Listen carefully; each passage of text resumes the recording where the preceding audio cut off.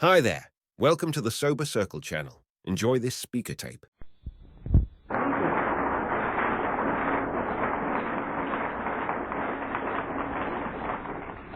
Good morning. I am Wilma Weston, and I am an alcoholic, and I am from Omaha, Nebraska. It's nice to be here this morning. It is indeed my privilege and pleasure to be here this morning. You know, I look out at you, and I just can't imagine. This many people got up at 8 o'clock at least in the morning, 8:15 in the morning. That's amazing. Maybe not to the Al-Anon, but to the alcoholic, it is.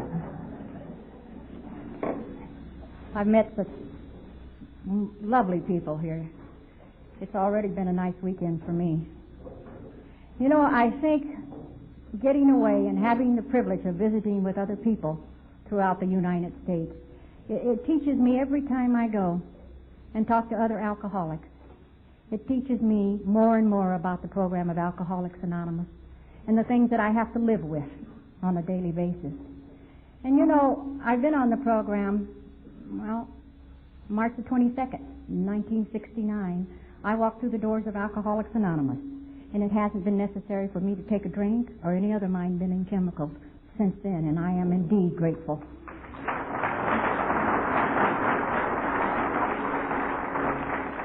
Because from whence I came to where I am today, it is not humanly possible for me to be standing here looking out at you people this morning and telling you that I am not weller than I have ever been in my entire life. Inside, weller. That itself is a miracle. It is not possible, and of my own, it isn't. And the longer I stay in Alcoholics Anonymous, the more I realize how much I need the program of Alcoholics. I need it more today than I ever have. You don't get older and wiser and not need the program. I think the wisdom comes when you realize how sick you really were. See, it's taken me a long, long time to realize the depth of my disease and what it did to me and how it affected me. And maybe I was predisposed to be an alcoholic. I'm going to tell you a little bit about what I used to be like, what happened to me, and what I'm like today. I know there's a lot of new people here in this room this morning. People that have problems on the program of Alcoholics Anonymous. I've talked to some of you. Just since yesterday, I've heard some of the things that we go through. And you know, sometimes people think when they come to Alcoholics Anonymous that we get sober, we clean up, and that we don't have tragedies. The things don't happen to us in Alcoholics Anonymous. That once we get sober, we get all the goodies. And no life's problems should face us. But that's wrong. At least I found it out. I've had a lot of things in 17 years happen in my life. And a lot of unpleasant things have happened in my life. And I've looked at my program and said, what is wrong with my program? Then I had to realize that I'm a human being.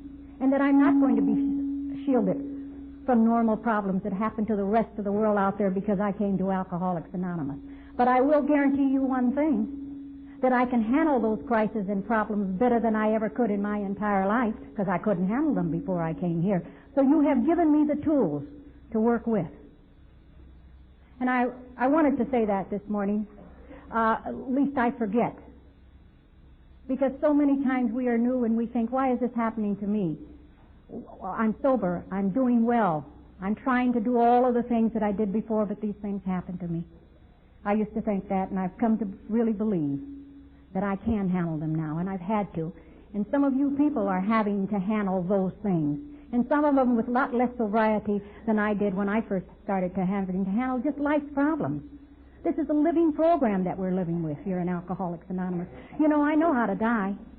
I died every day. Every day I really know how to die. My problem was I didn't know how to live. I did not know how to live amongst a society and a world that I neither respected or understood. And for you new people, I hope that you stay long enough in Alcoholics Anonymous to find the magic, the thing that makes it all right for you to stay here with us. If you haven't found that thing in your home group or within the people you associate in Alcoholics Anonymous, go find a new meeting. Go find some more members of Alcoholics Anonymous. Get that feeling, because it is going to be necessary to have it. You know, for me to stand up here this morning and just live without booze or without chemicals, hanging on by a shoestring, no. I would not be here this morning if that's all it offered me. I stop and I think about it, and I think how grateful I am. And that I still feel that magic of Alcoholics Anonymous. I look around this room today, and that feeling is here. It is for me. I found it. I found the one thing that makes it all right. And I never thought I would. I'll tell you, I guess I have to tell you why I think I'm predisposed to be an alcoholic. I grew up in Los Angeles. I came into the program in Los Angeles, California. I'm going to quit saying that because I've lived in the Midwest, and God, all I do is listen to Western music anymore. I've lived in the Midwest about 6 or 7 years, and I've gone every place in the Midwest. Jesus, I've been over Kansas and Missouri and all doing AA things.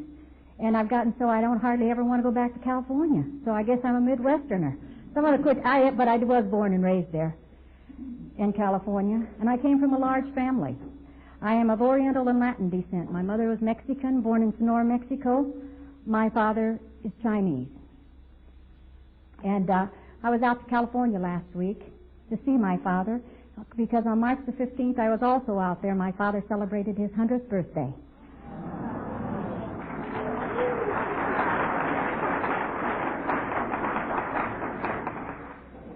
You can't imagine the joy I had to be able to attend his 100th birthday, to be sober and to be clean. He's a little man, not quite 5 feet tall. But to me, he's always been 10 feet tall. He was the only thing in my life I gave a damn about. My mother, the warden,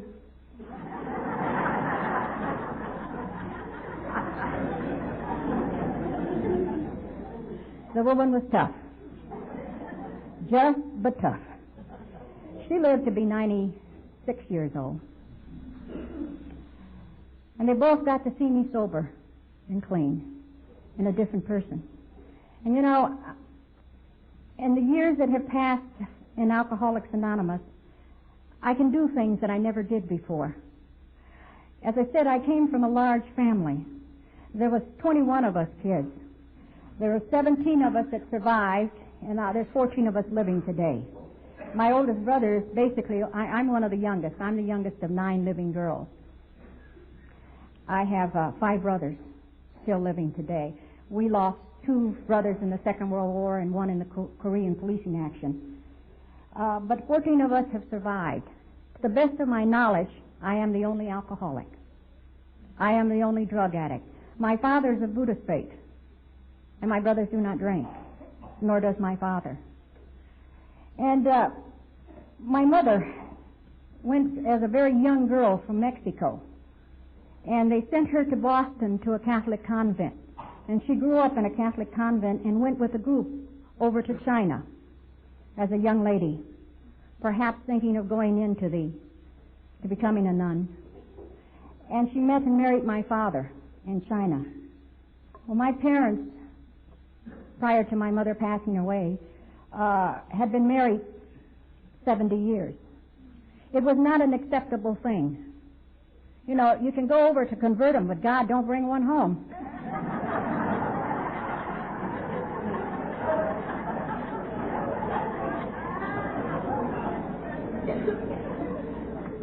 My mother's family never forgave her. They never spoke to her again. She was never to see any of them. And I often think about that, and it still makes me mad. Alcoholics Anonymous has not really been able to take that away yet. But, you know, it was strange. I was always different. I was the only tall one. I'm taller than any of my brothers, got the biggest feet, the ugliest one. I was this height when I was 10 years old. Now, my parents were both 5 feet tall. Can you imagine? In a household of little people? And I wore a size 9 shoe then, but it was quad triple A because I was gangly and skinny, the only left-handed one of the bunch. I couldn't even bend down to touch my knees. I was awkward. I was just an ugly kid. I could probably sum it up for you. I could probably tell you this. I was a rotten, no-good kid with a real bad attitude, and I hadn't even had a drink. And I grew up, started drinking, and was a rotten, no-good kid with a bad attitude. I came into Alcoholics Anonymous, and after 2 years in the program, I was still a rotten kid with a bad attitude. It took a lot of work in Alcoholics Anonymous to start making that change. But, you know, above all, it never seemed to bother any of my other sisters and brothers.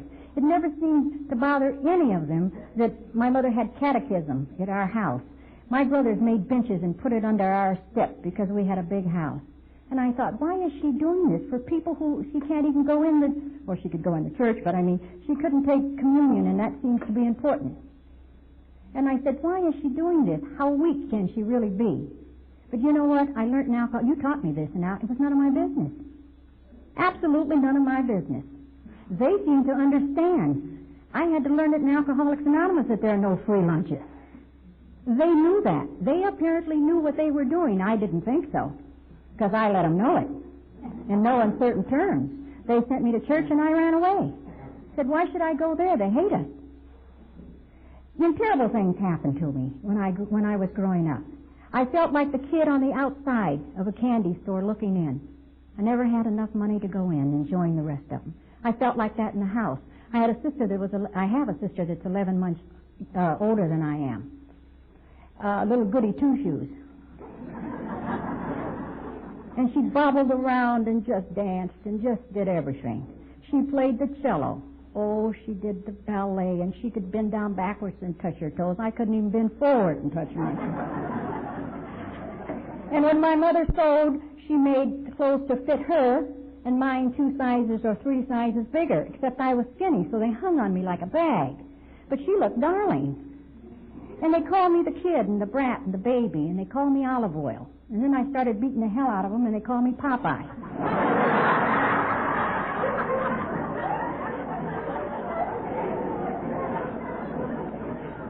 You know, kids can be cruel. I don't really like them to this day. I really don't. I don't like kids. And yet I keep sponsoring. These kids are coming in. I had to buy a bigger house. And I keep saying, I don't want you around. Why are you hanging around with no shoes and no clothes and no place to go? I don't even like kids, and they think it's funny.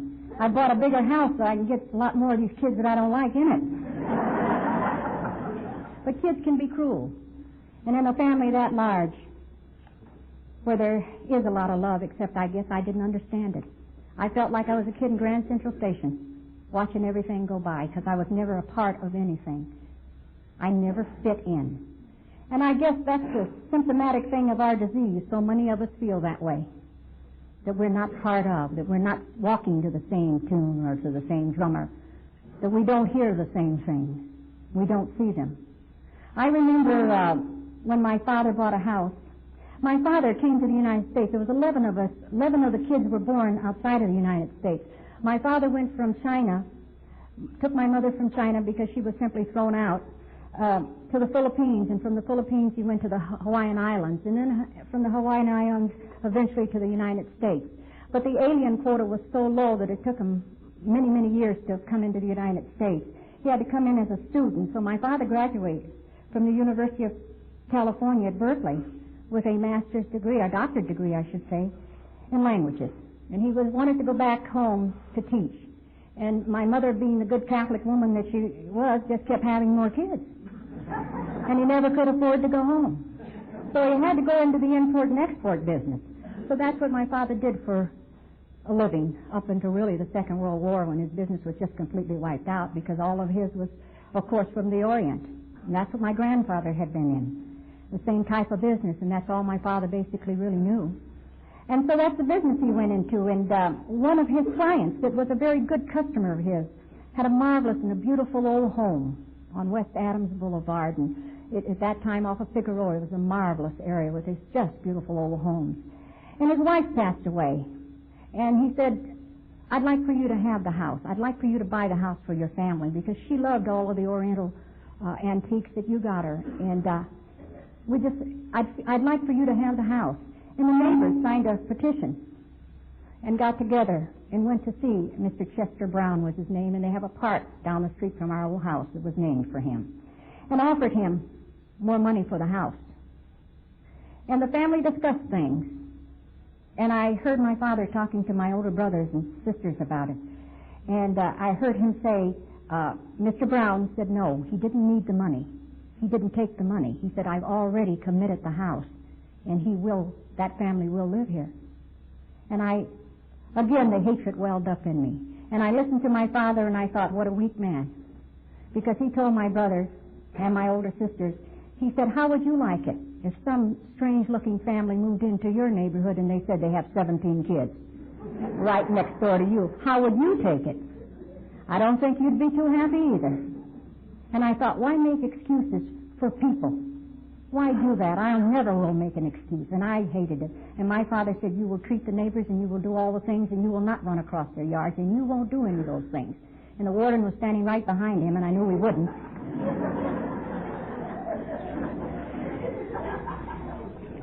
It didn't stop me, though. I took all the air out of every one of them's tires. I was a hateful kid. Just another thing to put a notch on the gun that I was to play Russian roulette most of my life with. You see, I couldn't understand that. Why? Everybody else could. My entire family seemed to understand that, and I was the only one who didn't understand it. Each one of them was another notch of hatred, of clothing and resenting the world and the people in it. So I certainly was predisposed to become what I was. At 13 and a half years old, I found it necessary to leave home. It was too painful for me to live there. I had cried my last tear at 11 years old when they were making fun of me. I hated it when I had to have a new pair of shoes because it was everybody looked at them. They couldn't believe it. My father wore like a 6. And I was a 9 and narrow, and they all played with my things. And I remember I had this lump in my throat so big that I thought if I swallowed it would choke me to death. And I said to myself, and I remember it, just like it was today, I never want to feel that way ever again. I never want to feel this way. And as I stand right here today, I've never felt that way. I felt so totally isolated and alone, and the knot and the ache inside literally was choking me to death. And I knew it at 11 years old. I knew I'd have to leave. Alcohol in our family was not a problem, obviously. There was alcohol in the house, but that was for the guests. No one else seemed to have a problem, and I didn't start drinking at home. I left home, as I said, at 13 and a half years old, and I didn't really run away. I had stolen my brother's car with the beatings, and it really didn't make any difference. I learned how to drive because I knew I was going. And I told my father, I said, I've got to go. I had graduated from the 9th grade, and I knew I was leaving. And my father said to me, of all of my children, I should have sent you home. You've never known any peace whatsoever. And he was right. And he said, if you stay and don't leave, I'll never tell your mother what we talked about, and I will help you. And I thought, what does he know? What does he really know how I feel? He couldn't possibly know. And I left home. I said no. It was my first decision, and I was to make a lot of broken ones for a lot of years. And he told me that I would never know peace because I had nothing inside of me. And he told me that my road would be long and hard. And he said, you cannot give what you do not have. I came to Alcoholics Anonymous some 30 years after that. More than 30 years, and you told me the same thing. You told me it was an inside job. And you told me I'd have to get something in there at gut level. I had all of the information. My father comes from one of the oldest ways of life on the face of this earth. And then years later, in total desperation, I decided to follow my father's faith, and I am of Buddhist faith. And I will tell you, I don't give a darn how old it is, and how many times I got on my knees, and what I did. Nothing helped. Nothing helped. I am a product, really, of the program of Alcoholics Anonymous. Not as a survivor, because that I am. I left and went to San Francisco, and I took my first drink. I was an old-looking kid. I've always been old. I really don't know how it feels to be a kid. Because when I walked out of that house, I was instant 21 years old. I sat on a bar in San Francisco, and I will tell you to this day, I do not know why I sat on a bar stool. Drink was not my thought. But I sat on a bar stool, and I'll tell you what I ordered, and I strongly suspect that it had to be what the guy next to me was drinking. Because I didn't know a drink. Really. I ordered a double shot of Smirnoff Blue Label with a water back. Now, do you know what Blue Label is? You Alkies out too, that's 100% booze. That's 100% vodka. I didn't know anything about it. I ordered it. And it'd be damned if I didn't drink it. And that's what I drank. I didn't drink sweet drinks. I didn't drink before dinner drinks. I didn't drink after dinner drinks. Those little Cavassiers with the stuff floating on the top and the little things that big. Water glass. That's the way I drank. Now, I didn't think there was any reason why I was going to have to ever have total recall. So I honestly do not know why I started drinking that. No miracle happened. I just drank. I didn't think, boy, this is wonderful and I found it. I didn't think anything. I just sat down and drank and had my first cigarette. And just puffed away and drank away. I became a thief and a liar and a cheat and all the things that you do when you live like I've lived. Now, I promised my father that I would start high school. He really sent me. I didn't realize that. I thought I did it all on my own.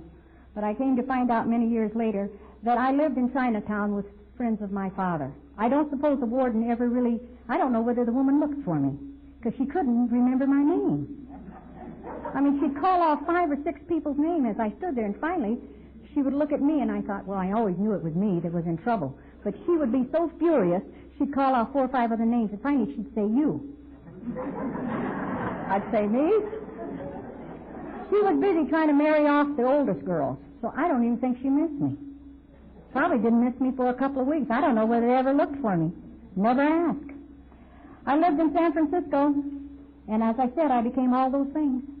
I don't believe that I was an alcoholic at that point as far as the physical part of this disease, because I drank for many years with total impunity. I was able to drink. I didn't start the school in San Francisco. Since it was during the Second World War, the latter part of the Second World War, I just used, I told them it was an embarkation center, and I told them I was waiting for my husband to come back. And so I gave them all my brothers' serial numbers and everything, so I had no problem. The Red Cross was nice to me, and I even got a job in San Francisco at it's a lingerie place, Grayson, and it was a cheap outfit. And I resented them because they didn't let me out in the front to sell. I was in the back, and I would clip off. The lingerie would come in, and it was so bad that it would have all these long strings that was sewn together, and I'd clip off all those and put tags on them. And I started doing a pattern.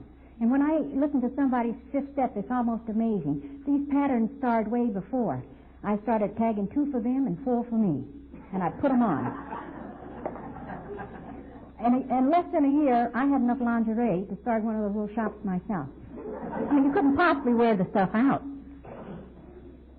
And I would tag and count and put another one on for me and another one. I'd walk out there some days with at least 3 weeks' panties on. Couldn't possibly wear them out in a lifetime. But for some reason, they owed me.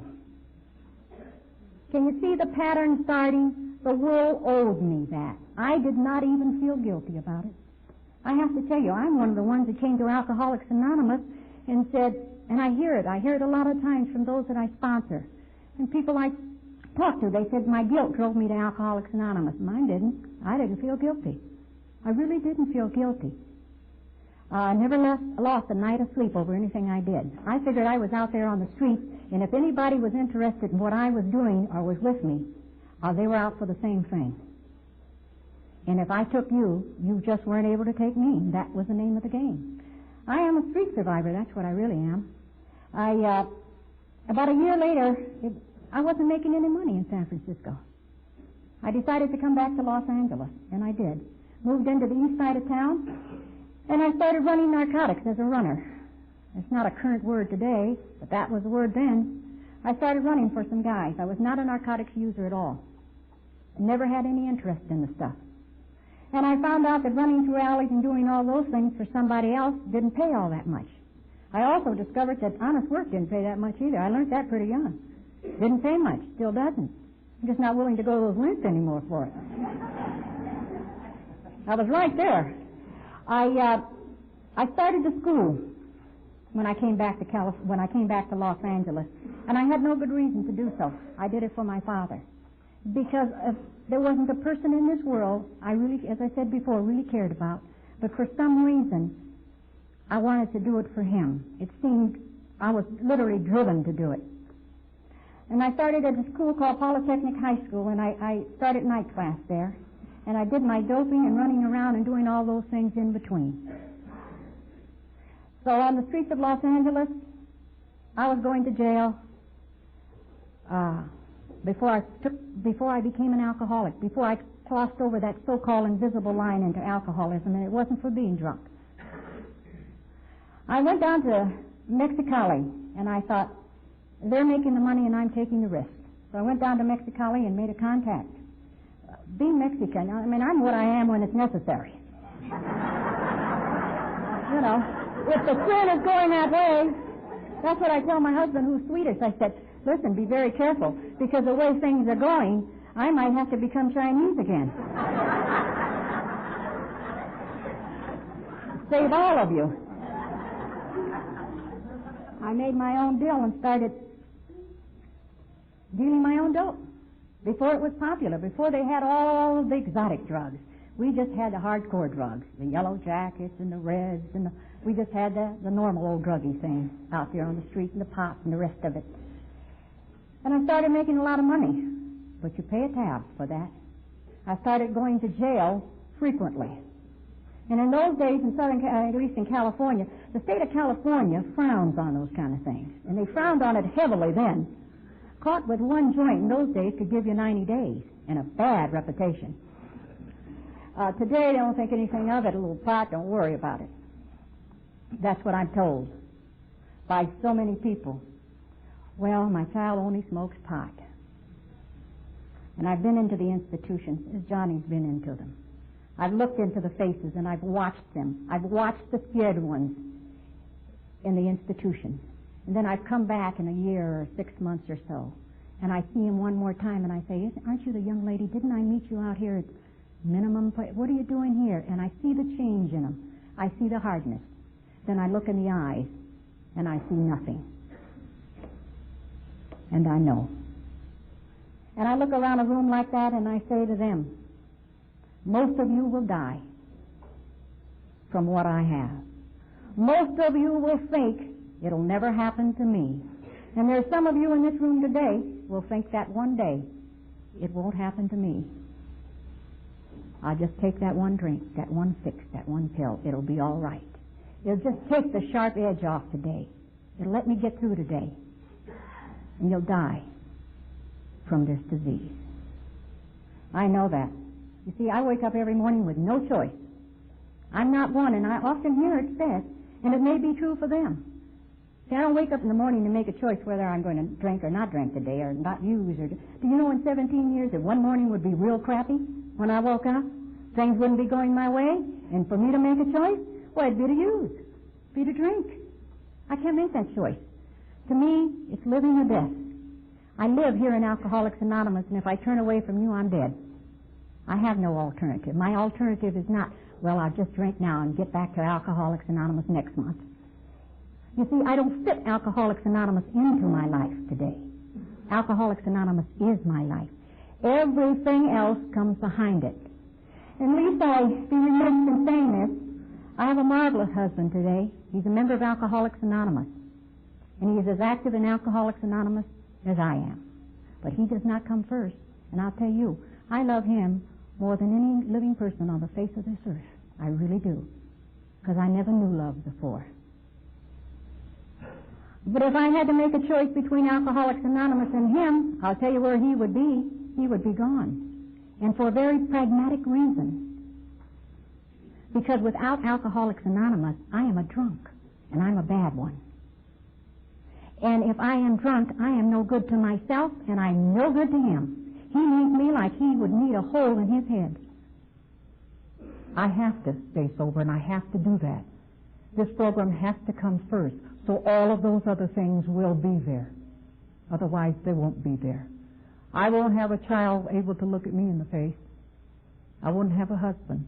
I wouldn't be able to go see my father. I wouldn't be able to release the feelings throughout the years and gradually feel better about life. And even days, and I have them back to back now. That's the miracle of Alcoholics Anonymous.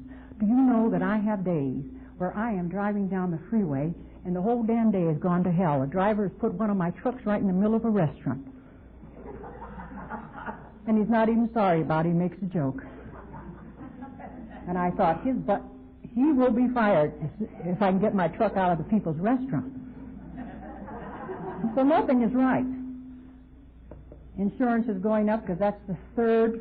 In Nebraska, we have those terrible ice storms, and that's the third truck in a month, and my insurance company is saying, And I'm driving home, and I get that feeling inside.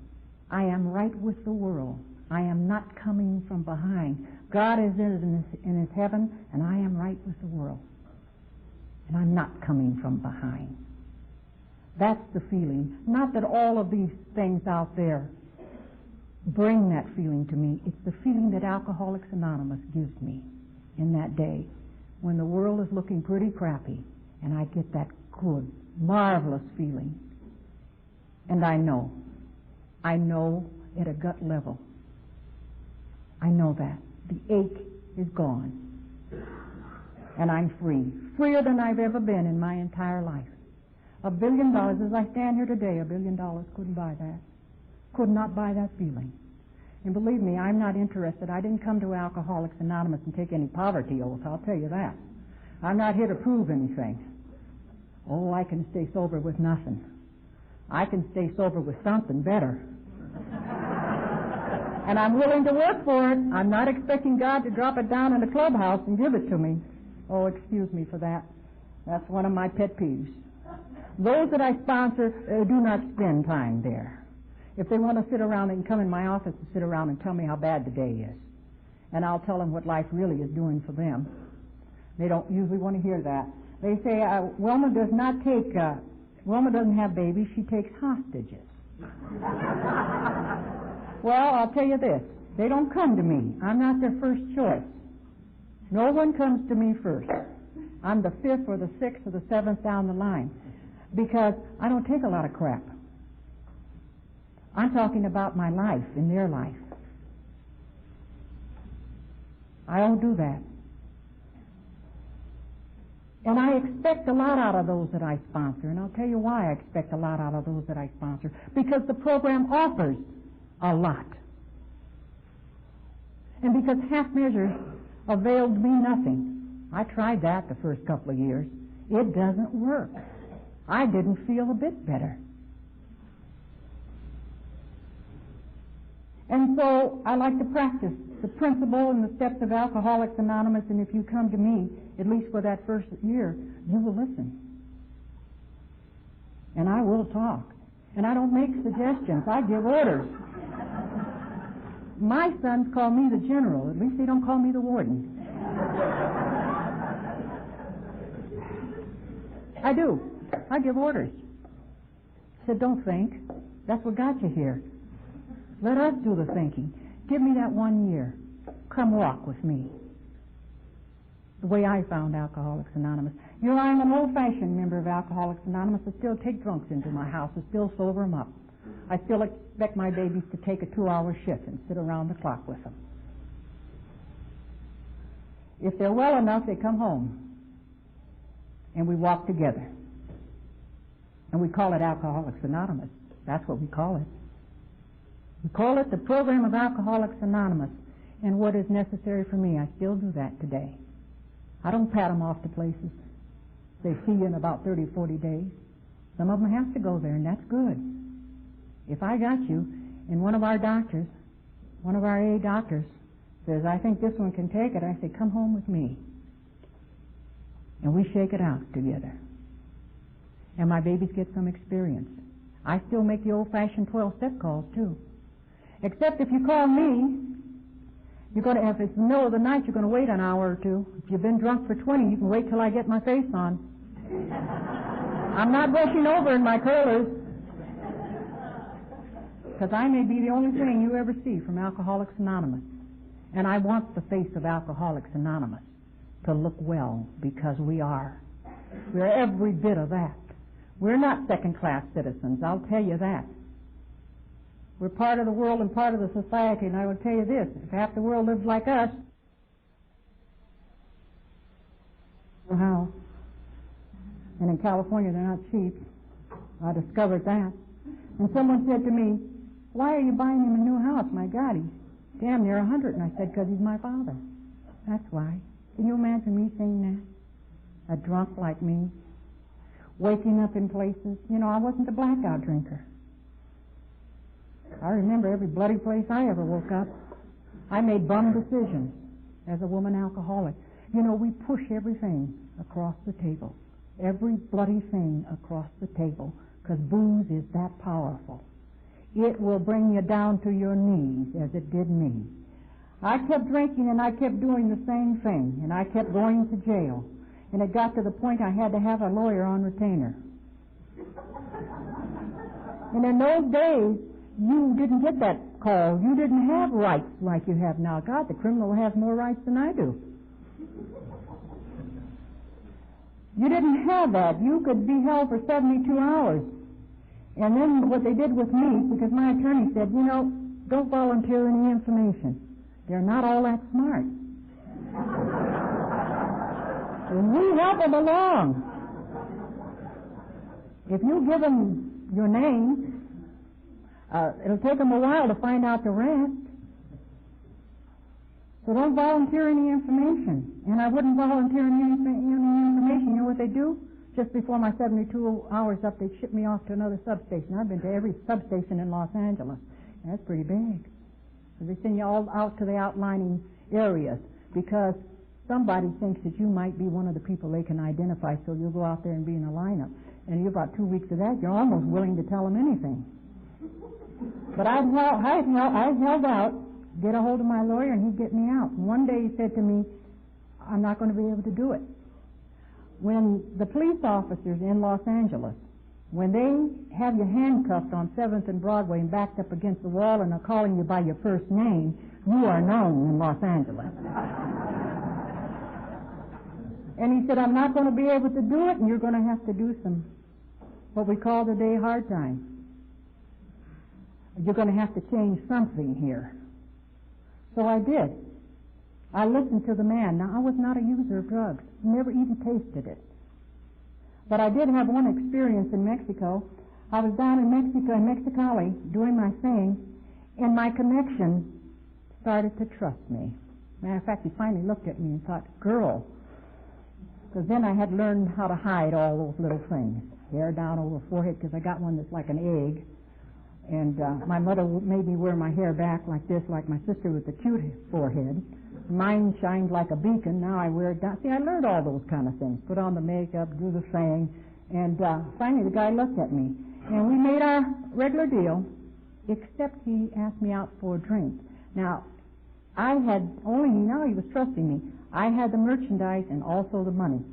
And you know what I did. Money and merchandise, you can always make another connection. I decided to leave. And do you know that man was upset? He was so upset with my friend and myself, my buddy. It wasn't anybody I slept with. He was just my buddy. His name was Gene, and we were leaving, and he got wind of it.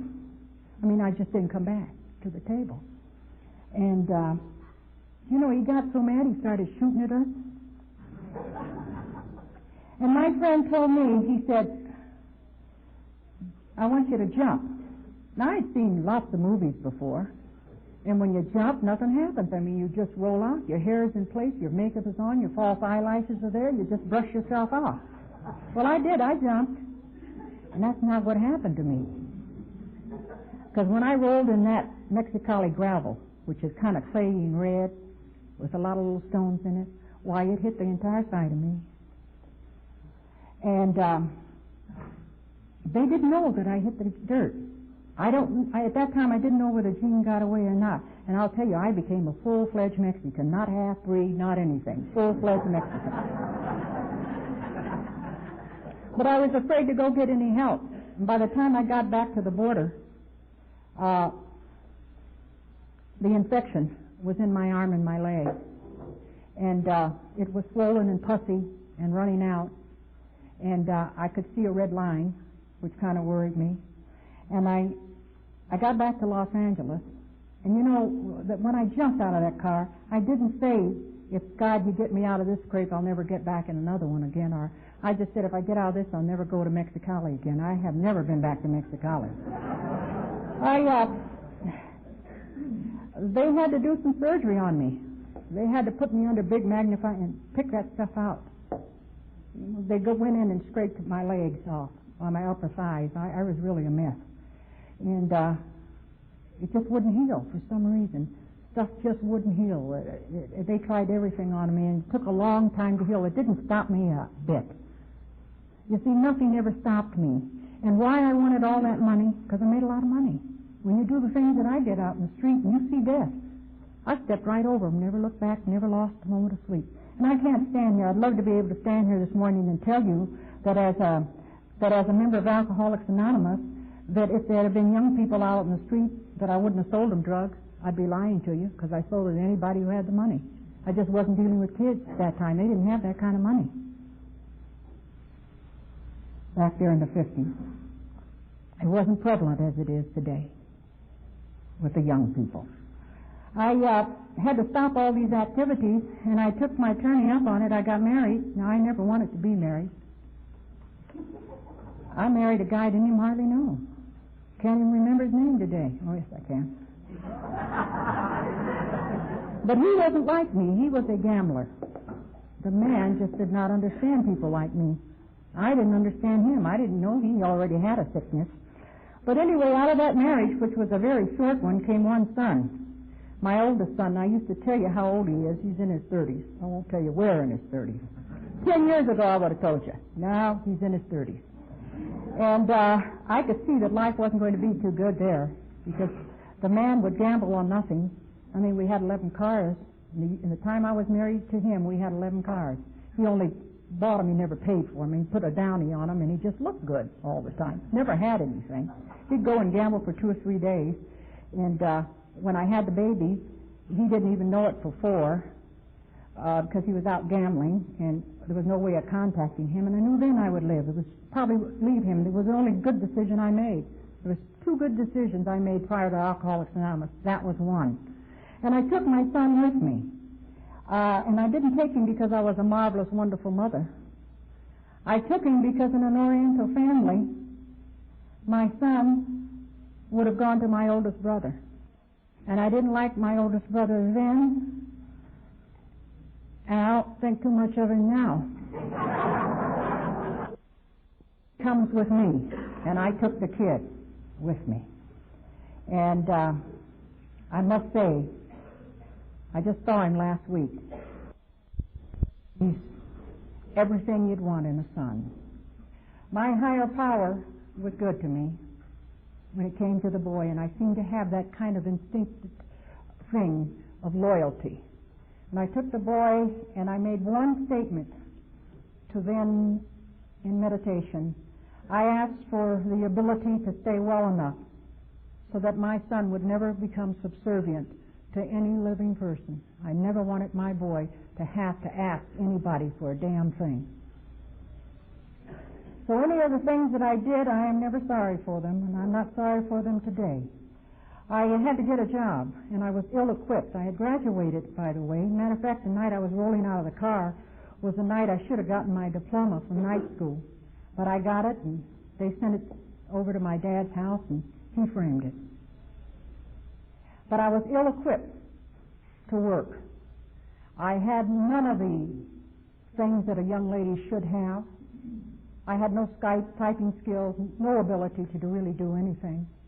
So I got a job, and I got a job in a rubber plant, making 90 cents an hour, working on a press line at about 100 steam tube presses, about 125-degree temperature on a good day. And that's not too appealing to somebody like me who likes to dress well and look well.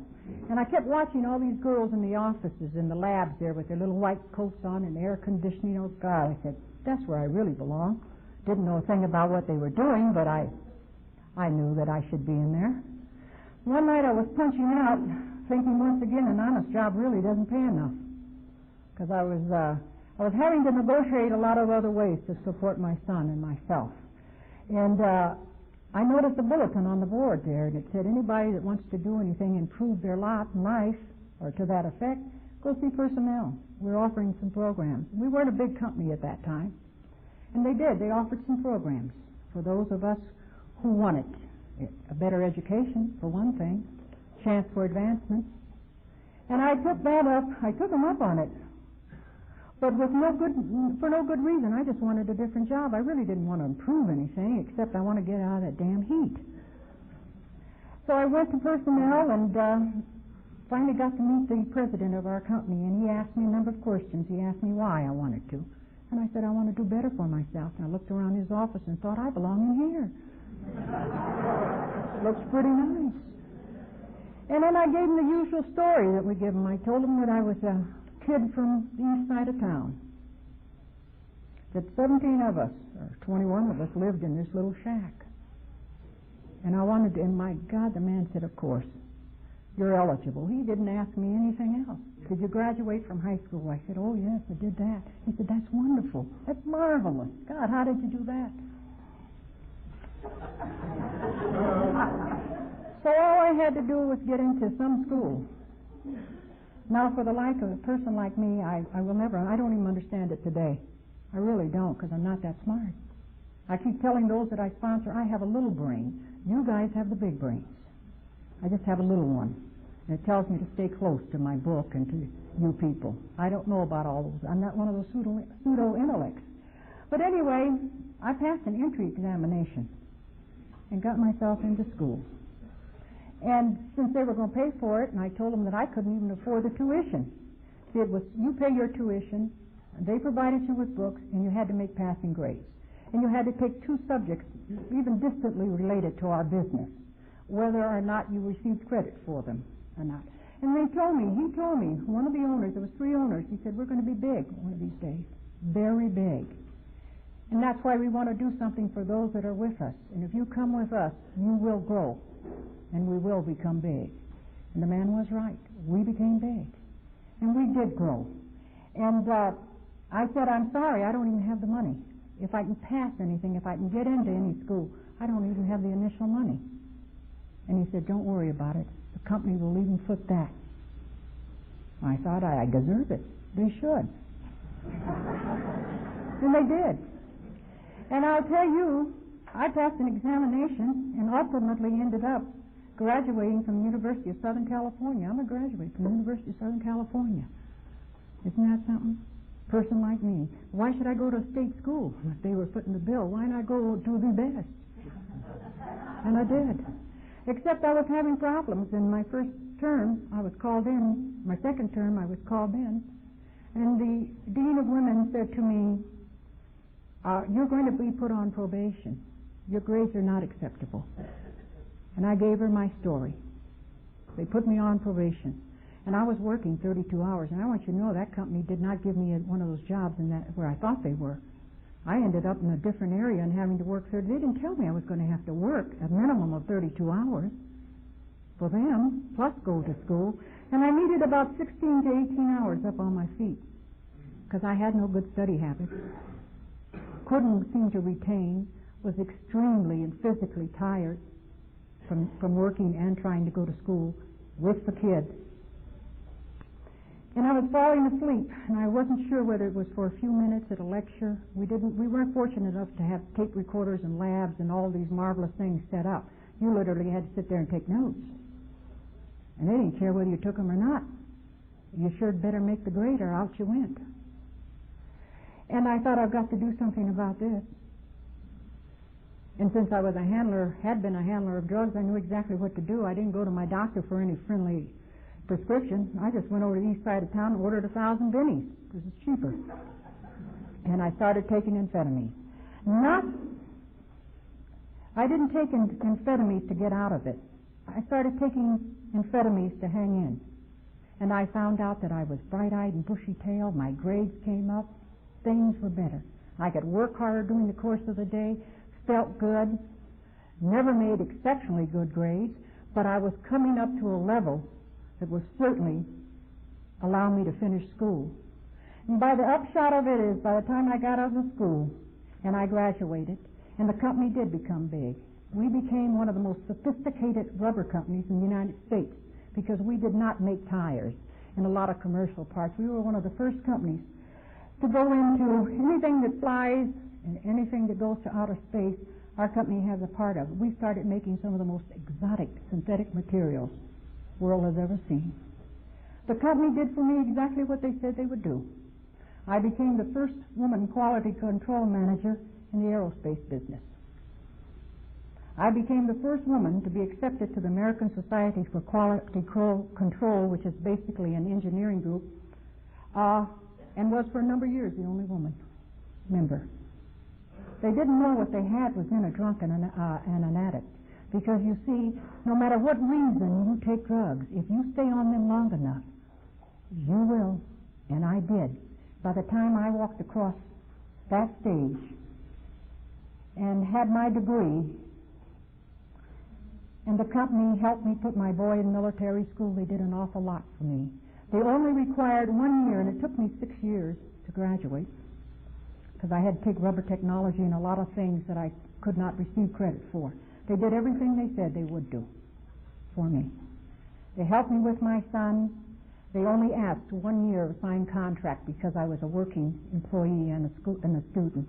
I didn't have to sign even a 3-year contract. I stayed with them through the worst of my alcoholism and drug addiction. I was with them when I stepped off a plane in Omaha and went on to Sioux City in 1977. I had spent 25 years with them through the worst of all of my things.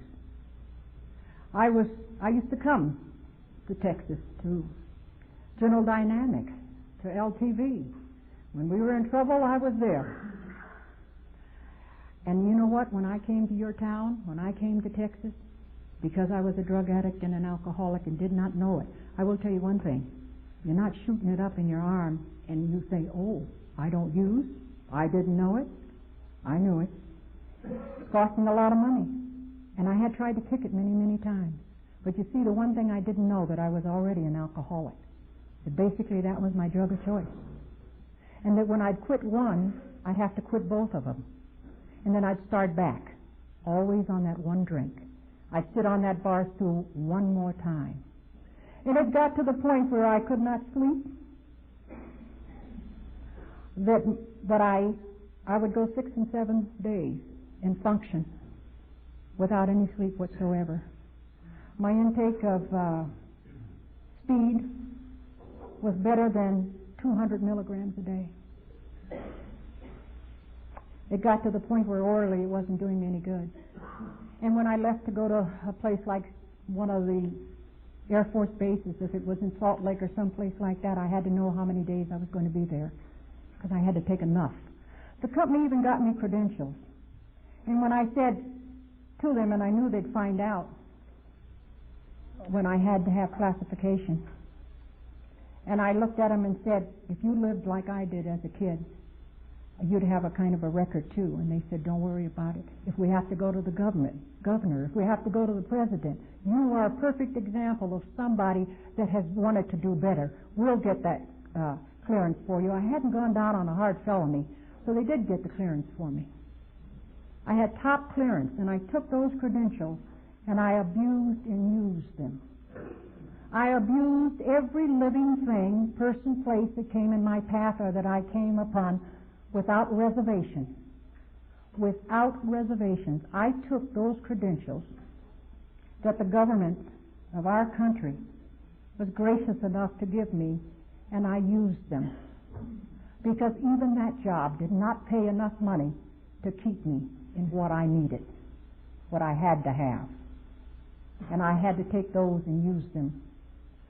And so sometimes when we sit behind the desk and we are smug and we look down at the alcoholic who rolls out from under a boxcar and said, I've never been like that. I stole from my company. I lied to them. I abused them.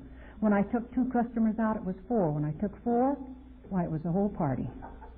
When I went 20 miles for them, I went 40. If I went 200, what Christ said. I did the same thing. I would fly out when I became project administrator for our company and only responsible to the chairman of the board. That's top clearance with a company our size.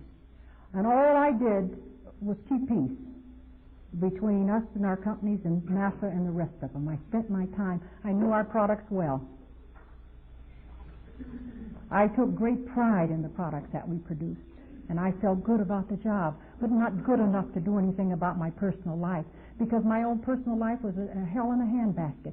I had never had a relationship with another human being on a continuing basis. I could not do it. I stayed single most of my adult life. I bought the home on June Street that I thought I had to have, and I lived in a 21-room house all by myself. Not chick or child. I thought that would make me weller, better than, as good as. All of the things that you think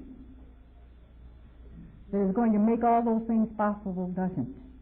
Many of the marvelous citations and awards that I was presented from some of our biggest companies, Martin Marietta, a breakthrough that I was responsible for in quality control that was unprecedented for a woman to even submit and get accepted. I was so loaded. The night that I was to get the reward, I had to call in and say I had another kidney attack.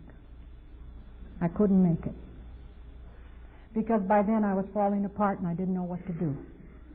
And I had tried coming off of drugs before, and it was never successful. And I knew then that the company was beginning to wonder, or they would be soon. I had to make some major decisions in my life, and I really didn't know what to do about it. I had just spent 30 days in the hospital. They didn't know what was wrong with me because my intake of oxygen was less than 20%. They thought I had a heart attack, and when they found I didn't have a heart attack.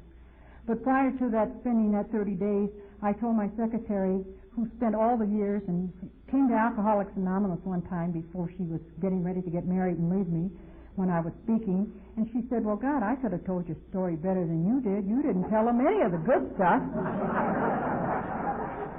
Because she was the one who packed my bags and sent me to Palm Springs and say, I want you to go down there. I've made reservations at the spa for you. And I'd come back after the weekend looking just as bad because I'd start feeling good. And you know what happens to the drunk who starts feeling good? We have to have a drink to celebrate it. By Monday, I was in bad shape as I was before. But that's what happens to me. I knew that I had to come off the drugs because our company started a new policy that once every year they sent us down to a clinic down there. And we stayed for 3 days, and they checked us all out. Oh, Jesus. I thought, my God.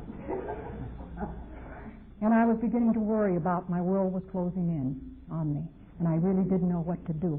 You see, I was dying and didn't realize it. I am not suicidal by the stretch of anybody's imagination in this room. I am no Pollyanna, never have been and never will. And you know what I get to sponsor? Hand-wringers. People who want to kill themselves. I said, why?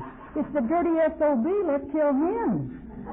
I know a lawyer good enough to get you off, my dear. You don't kill yourself. We'll go out and kill him. I don't know anything about killing me. Homicidal I am. Suicidal I never have been. And yet I was killing myself off because I was powerless to do anything about what was happening to me. And I didn't know how to do it. You know, I've left out a lot of my story, and it's getting late. I will tell you quickly, though, that through all of these things that were happening to me, God in His infinite wisdom must have decided, how can I get her to Alcoholics Anonymous? How can I get her help? Because of my own, I never would have come. If you had told me I was a drunk or even a drug addict, I might have admitted that I was a drug addict, but never an alcoholic. You wouldn't have got me to admit that. Not for my son, not for any living soul, because I never put him before me. But I have come to Alcoholics Anonymous. So He had to surrender me in an area of my life I had never been surrendered in. Never had. Into my life came Flick, a nice man, who strangely drank a lot like I did. And it was my shot up at the box for our company to go to the Chamber of Commerce thing. We all fought not to go. and it was my time to go to the Chamber of Commerce to represent our company. And so I went, and we had a new company coming into our area, and we all responded with the normal things, and I happened to run into him in a couple of days and remembered him. Nice-looking, slight-built, tall man with blonde hair who drank a lot, just kind of like I did. And he didn't ask me all those questions that most of them asked, why I got rid of them. He didn't ask me why I was never available on weekends. He never asked me why I had 2 names, 2 cars, 2 places. He never asked me any of those things. Of course, he never could remember where his car. I could never understand a man with a big baby blue Continental that lost it. Couldn't figure out what the hell. I called me at my office asking for clues. Well, the upshot of the whole thing is he walked into our favorite watering hole, and we had one hell of a year and a half. Oh, we drank it up all over Los Angeles, only the best places. He didn't even know he was broke. Didn't have the foggiest idea he was broke. Anyway, he walked into our favorite watering place, and usually he was 7:30 punctual, 7:30. In order to make sure, because I'm not very punctual, I arrived at probably 10:30 in the morning and helped the bartender cut up the limes and lemons and get everything in order, make sure all the people came in, all the staunch drinkers, and sat at their right stools, and everybody was in place. You know, the general was managing again. And so I arrived at 10:30 in the morning, and he arrived at 7:30 at night. And the company trusted me. When I said I was calling on a customer, they believed me. I was an old and valued employee. They believed me, and I lied to them. And he didn't sit down. He said to me the strangest words I was to ever hear. He said to me, I'm an alcoholic, and I have to go back to Alcoholics Anonymous. And he then added this to it, this is the kicker. He said to me, would you go with me? And I'll tell you one thing. If he had said right now, I'd have said no. But since he was saying, would you go with me? I thought, next week will be fine. Next week, whatever. And I said, yes. And do you know what he did? He looked at his watch. And he said, if we leave right now, we can make a meeting. Now, I drank up my drink, and we executive ladies, I didn't get to be a tramp until after 10. This was only 7:30. I had my little black suit, my beads, and my white gloves, my bun in the back of my hair, and I even had glasses on. That's to give me that business look. Those came off about 10:30, and I was ready to play. I drank up that drink, put on those little white gloves, flipped off the bar stool, walked into a meeting of Alcoholics Anonymous, and I'll be damned, I've never had another drink since. It's unbelievable.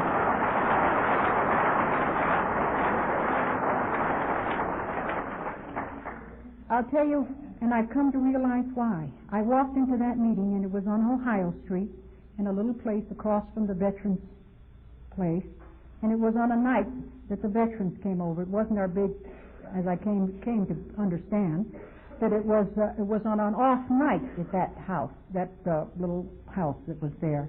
Because normally the Pacific group and Clancy's group and the Marie, the sergeant's group was on Sunday, and it was just a marvelous little, but this night the veterans came over, the night I was to be there. And in walked a lady who still impresses me today. She walked down the aisle, and she stood at the podium, and she had a long black velvet dress on, and she had black shining hair, and she had a white bow in it, and she had long velvet streamers running down her dress. And she took the podium, and she said, my name is Lois, and I am an alcoholic, and she even added addict. And the lady told my story, and I said, my God, Cliff, he must know about all those pills. He doesn't know anything about them. See, I used to buy whole drugstores. When you came to me, I bought your whole works from you. If a drugstore was going down, I gave you a price, and you brought me the drugstore, and I said, this is bad, this is good. So I had all this stuff around my place, just stacks of them, jars and things. I got rid of the rest and kept only the good stuff. And you used to ask me what all this was, and I said, well, there are different compounds in rubber, synthetic compounds that we use in different polymers. And I'm experimenting on my own with some of them here. I said, don't ever touch anything, and don't ever... He says, why have you got them rated? Good, fair, bad. I said, quality. That's what we're interested in, quality. The man didn't even know anything about drugs. But she told my story. And when the lady came down from the podium, it is customary in Southern California, whether you like what the people say or not, you shake their hand and tell them you're glad that they're there. And I stood back. I was only a visitor, you see. I stood back, and that woman walked straight up to me, and she looked me square in the eye. But when you are a street survivor, you look people in the eye. And if they don't look you in the eye, you got them. That woman looked me square in the eye, and she told me this. She said, you know, you don't have to go to the end of the line. You can get off now. And I won't tell you what I thought, but I looked at her. And then I saw something that I had never seen before, and I see it every day in Alcoholics Anonymous today. And those guys in those little gray slippers, some of them had on little gray slippers and little bathrobes, walked up, and she shook their hand. She did not look down at them. She looked at them. And it's the first time that I saw a person who I thought was in a superior position not look down at another human being. She looked at him. And I knew the lady didn't feel, for some strange reason, she didn't feel any better than they did. Based on that and that alone, and the way that woman looked, I went home and I said, that's it. I don't know whether I can do it or not, but that's what I'm going to do. I'm getting off this goddamn train now if I can. And I did. I didn't go anywhere. I stayed at home. I locked myself in, and I guarantee you that in 4 days I could come out. I still do that because I still remember it today. I came off at least every morning. I pray that if I continue to do the things that I am doing in Alcoholics Anonymous, it will never be necessary for me to experience that again. I came off cold turkey, off of everything, and I went to meetings, 11 meetings a week, and I was not happy. I did not walk into Alcoholics Anonymous and say, whoopee, just based on that woman Lois. I said, I can do it, and I thought I could do it, and I did. And my first AA birthday, and I became very sick in Alcoholics Anonymous. You cannot abuse your body for as many years as I and get off scot-free. I had to have major surgery in my mouth. Both of my arms became inoperable at 6 months sober. I could no longer drive a car. My leg was dragging. All the physical, more from the amphetamines and the use of amphetamines for over such an extended time, dried out all my bones, the joints between my bones. And I am never without pain. I always know I have arms. But you can't stay sober. I don't take any medication. Nothing. I use hydrocolators, and I've learned to live with it. Because I'm not going back to drugs. Not ever. My first birthday, one man that I knew in Alcoholics Anonymous, going to 11 meetings a week, I did not even have a phone number. I was so hostile. I want you to know that it's absolutely a miracle that I could stay in Alcoholics Anonymous. I felt totally alienated from you. I looked around and I said, there's no people that look like me here. There's no Buddhist people here. You know, I used all of the things. There's not even any half-breeds here. Now I speak at even gay conventions, and you know what I told them? If you walked around with purple shoes and a purse under your arm, I would look at you too. You think you feel different? Well, I feel different. What does that have to do with the disease of alcoholism? Don't tell me what you are. Tell me, are you an alcoholic? Do you need Alcoholics Anonymous? Do you need our help? That's the only qualification you need when you pick up a phone and call me. I don't care what else you are. Come walk with us. Well, this man said to me, Chuck Cohen, he said to me, I want to give you a AA birthday. And I said, what's that? What you see? I said, oh, no way. Not going to do that. And he said to me, we'll just have a little dinner. Who would you like to come over? Do you know that he had to invite 8 people to my first AA birthday? That I did not have the numbers or phone numbers of 8 people. And I will tell you this, Don't do that to yourself. Get a sponsor. I am strong in sponsorship. I told you that before. I had a lot of things to learn in Alcoholics Anonymous. I had a good, strong home group, though. They let me be miserable for as long as I wanted to be miserable. They gave me orders. The whole group said, she doesn't need one of us. She needs the whole Pacific Palisades group. And we were in a great big meeting like they are then. They had split off. And we were a small meeting. And they gave me orders. They sent me down to Marie on Sunday, the sergeant, on a Sunday meeting, and said, you'll shake hands down there. She says, what are they sending me another one for? And I thought, another one of what? And so every morning, Sunday morning, I had to greet. And I used to count, 223, good morning, don't sit on the donut table, don't cuss, she doesn't like that. And I did my thing every morning. And you know what my home group did for me? You see, I didn't remember the people because I didn't want to, but they remembered me. And when I was at other meetings, you know what they had nerve to say? Hello, how are you? You are a Sunday greeter. Are you going to be there Sunday? I thought, yeah, I'll be there Sunday, damn it. That's what they did for me. When I was a year and 2 months sober, they let me read chapter 5. Because that group was an old aligned group in Alcoholics Anonymous, and you know what? They knew I didn't know a thing. They did not want to hear from me. They wanted to see me every day. Every Monday, they wanted to see me at my home group. And I'll tell you one quick thing, and then I'll leave you. This lady who called me every Sunday from my home group at 8 o'clock on Sunday morning, her name was Kitty, and she was just a little old lady. And the first time she called me, I said, how'd you get my phone number? She said, you remember? Your friend put it down in my book. And I said, I'll kill him. I said, yes, what do you want, ma'am? And she said to me, are you sober? I said, yes. She said, did I wake you up? And I said, yes. And she said, well, if you're sober, you should be up. That woman called me. She called me for a year. Kitty called me for a year. But in between that year, and I used to be mad every Sunday morning. And one Sunday morning, the lady didn't call me. It was 8:15, 8:30. And I said, Jesus Christ, is Kitty going to call me this Sunday? If she is, she'd better hurry up. And then I said, well, I'll call her. And then I realized I didn't have her phone number. I couldn't call her. And when she called me, I said, don't you usually call me every Sunday morning and get me up at 8 o'clock? Where were you? And she said to me, I was doing something else this morning. And I said, well, if you're going to call me on Sunday and ask me whether I'm going to be there, then make it at 8 o'clock. And I hung up. God, I was glad she was all right, but I couldn't tell her. I thought maybe something had happened to her. And do you know, after a year, when I was sober a year, she didn't call me. And I called her because now I had her phone number. And I said to her, aren't you going to call me anymore? And she said, no. And I said, why, Kitty? And she said, I'm going to tell you something. They told me I was too old to go out and make 12 steps because she didn't come to Alcoholics Anonymous until she was almost 70 years old, and she had already had 8 or 9 years when I came in. She said, they were too old. I'm too old to go out and make 12-step calls.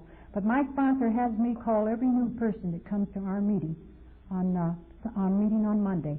And she said, I'm going to tell you something. I'm glad I don't have to call you anymore. And I said, why, Kitty? And she said, because you're not a very nice person. And you know, it was the first time, even in Alcoholics Anonymous, that something touched me. That woman peeled back the first layer from me. And we became very close. And I said, you don't have to worry. I'm calling you every Sunday morning from now on. She died as a member of Alcoholics Anonymous, and the week before she passed away, I had moved to San Juan Capistrano, and I got a call, and Kitty had been in the hospital for 2 or 3 days. And I got there, and as soon as I walked in the room, she said to me, 3 days late.